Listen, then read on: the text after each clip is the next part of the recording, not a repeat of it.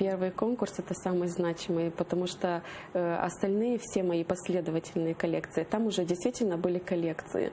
А первая коллекция, там у меня сбор всего по чуть-чуть. Если вы посмотрите, то там у меня присутствует и спортивный стиль, и деловой стиль, и этно-стиль, и casual, и все вместе. Тогда я рискнула показать Украине, что вот мы есть, и у нас есть все из любой темы, и всего по чуть-чуть, что мы не бесформенный мешок, что мы можем и в спортивном одеться, и в деловом стиле, и в этно-стиле, и в casual на улицу. То есть для нас есть все. И вот эта коллекция, она была такой богатой всего по чуть-чуть, что, естественно, мы были достойным первого места. И мы его выиграли, это первое место. И оно для меня оставило такой отпечаток. И я всегда вот удивляюсь, как это удалось, как это Украина нас приняла. И настолько здорово, настолько эмоционально хорошо.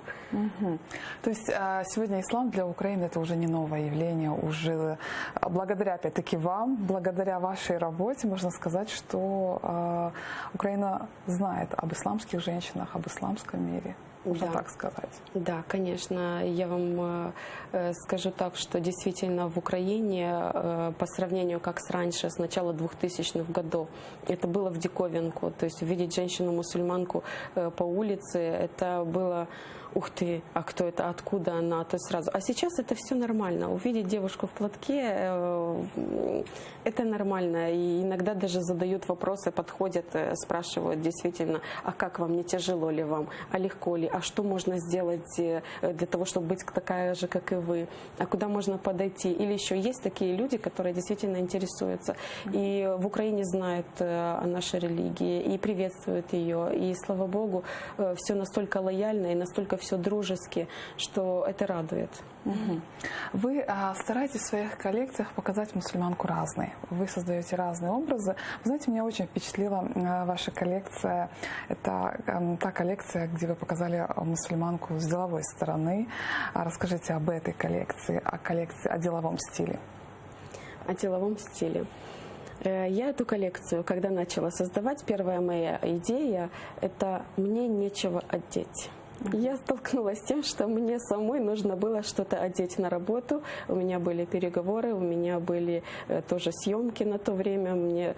То есть у меня вот такой вот круг в тот момент создался, что мне действительно нужен был деловой стиль.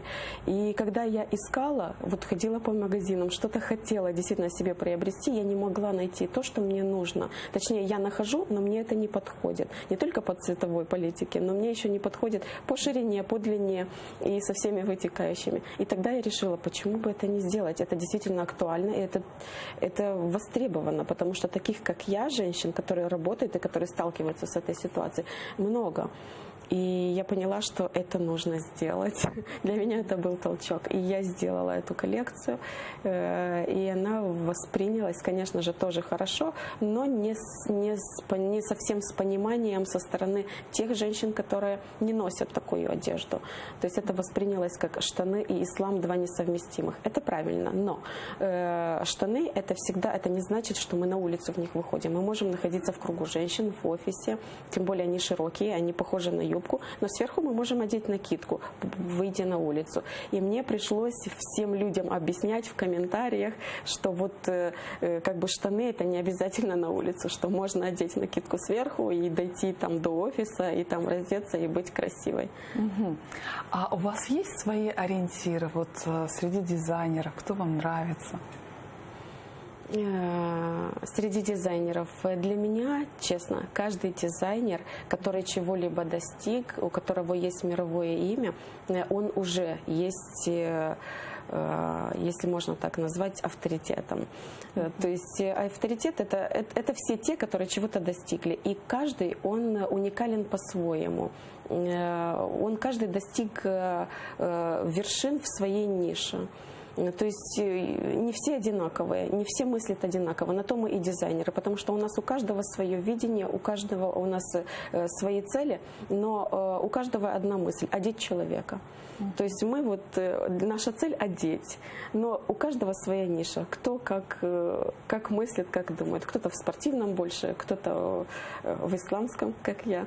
Поэтому... У вас также есть школа дизайна Катрин Ким. Как много людей посещают открываете эту школу? Чему вы их обучаете? Да, это как раз, наверное, относится больше к вашему предыдущему вопросу, что нового у нас было в этом году.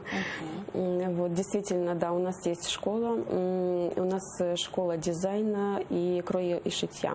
То есть мы обучаем девочек не только мусульманок, но приходят очень многие подростки, девочки, христианки, которые вот у них сейчас лето, и чтобы они не провели это лето без пользы, они решили научиться шить, потому что для каждой девочки это актуально, это нужно, это для семьи, для себя и для родственников. Это такая черта, которую каждая девочка должна знать.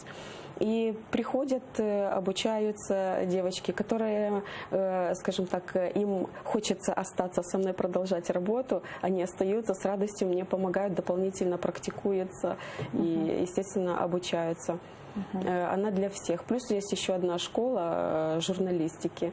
Мы открыли. Там тоже есть 5 девочек, которые ходят, и мальчик один. Ну, они подросткового возраста, ходят, обучаются. А почему журналистики? Со мной работает прекрасная девушка Екатерина Кундельская, и она журналист.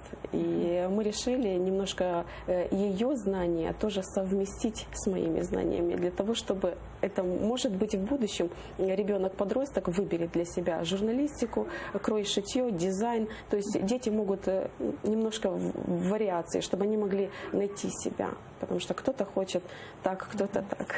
То есть вы тем самым открываете возможность, вы создаете школу, а открываете возможности для разных направлений. Для разных направлений. А что еще обучается, кроме английский язык?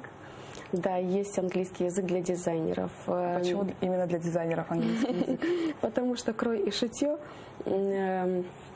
После кроя и шитья многие девочки решают стать дизайнерами. То есть они понимают, что они могут это шить, и после этого они понимают, что они хотят и творить. И когда выходят уже из Украины, то есть на какой-то мировой рынок, на другие страны, там нужно хотя бы минимальный базовый английский язык. Но так как мы знаем, что дизайнерский язык это такой особый, там такие слова, которые нужно употреблять в нужный момент, в нужное время, для того, чтобы... Ну, опять-таки, с какими целями? Кому-то увеличить продажи, кому-то сделать пиар, кому-то там работать над своим именем и так далее. Поэтому это нужно, естественно, изучить эту особенность и потом проявлять себя. А это связано как-то с вашим брендом? Вот вы создали школу. Это для того, чтобы дальше расширить бренд, чтобы была смена поколений? Была ли такая идея? Идея очень такая простая. Так как я единственный, который позиционирует себя, дизайнер исламской одежды в Украине, именно позиционирует, с показами выступает, я бы хотела иметь еще дополнительно своих учеников, с которыми я потом в будущем гордилась бы тем, что вот это... Я им помогла немножечко, конечно, все с помощью Аллаха, но тем не менее они у меня учились, они получали там знания, практику и так далее. В будущем мы можем стать хорошими конкурентами. Даже к этому готовы? Даже к этому я готова, да.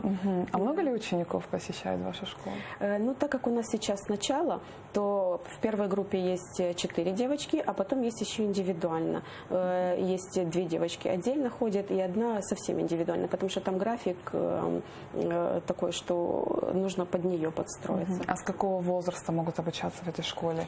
Самая младшая у нас сейчас ученица, это 11 лет. Мама ее приводит, ждет, а потом забирает. Самая младшая наша ученица. Старшая ученица 26. То есть возраст без не разницы. ограничен? Да, не ограничен. Это просто для любителей шить. Те, кто любит шить, хочет научиться шить и стремятся к этому. Хотят себя одеть.